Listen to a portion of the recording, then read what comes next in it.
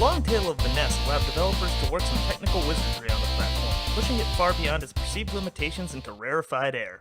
Fittingly, few developers spent more time in this rarefied air than the UK's Rare. Rare got their start on the NES by reverse engineering the hardware. They basically hacked the thing.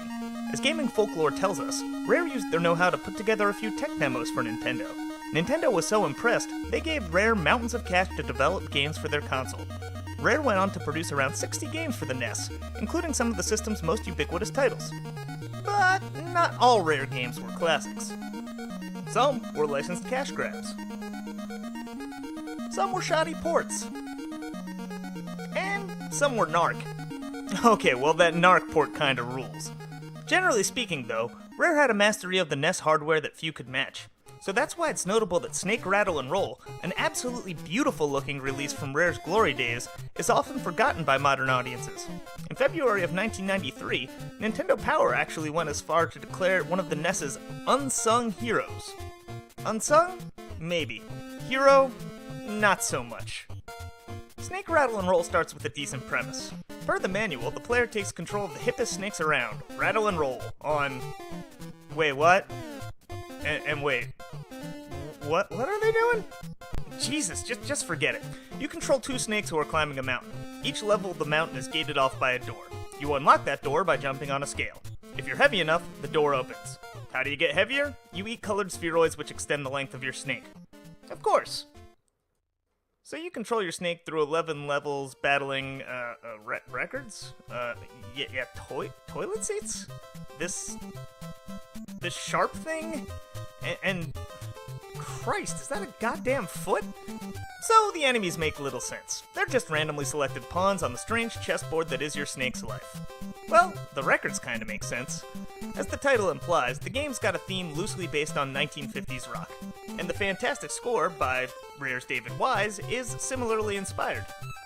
Unfortunately, Rare appears to have given up on the theme at the midway point. The enemies and the music, they just go in random directions. Not bad directions necessarily, but certainly confusing ones. Looking at the game, you're probably thinking, hey, this doesn't seem half bad.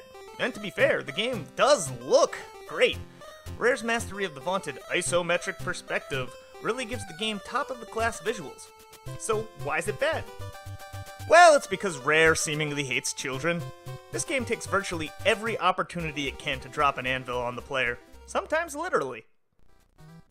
Half of the power-ups you discover are actually bombs in disguise. In fact, some of the power-ups in and of themselves can actually crush you. Believe me, I understand that requiring the player to repeat and memorize levels is just part of how older games were designed. I lived through it. Most of the times, I appreciate it. But Snake Rattle N Roll is filled with so many gotchas, it's positively spirit-breaking. And that feeling is only exacerbated by the game's control system, which works fine as long as your snake is on the ground. So your snake can die if it falls too far. It can also die if you land on one of the obelisks that appear in the background. However, the game seems to compute your death before you actually make contact, leaving you struggling for a frame of reference, repeatedly burning lives as you try to figure out where exactly the game wants you to land. Additionally, once you stop moving, you tend to lose your grasp on what direction on the control pad corresponds to your snake's position on the screen. Needless to say, it gets rough. And nowhere is this more on display than in the game's penultimate level, which has you climbing sloped, icy stairs. The three-quarter perspective was good for a lot of things, but platforming certainly was not one of them. An interesting footnote. A few years later, Snake Rattle N Roll actually got released for the Mega Drive. The game was published by Sega, giving it the interesting distinction of having been published by direct competitors. The game is fundamentally identical, save for the controls. It may just be me, or maybe it's just the Genesis control pad, but the Mega Drive port seems to have ever so slightly tweaked controls.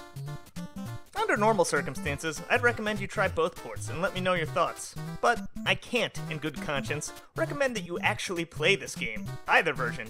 It's not the kind of tough where you feel you can overcome it with practice. It's the kind of tough where you develop a deep personal vendetta against the game. There's no unique mechanic to master, nothing particularly interesting to see, no great reward at the end. It's a technical showpiece, at least for the NES, but that's really about it. Until next time, this is Steve White for Subspace Briefcase, signing off, and begging you not to tread on me.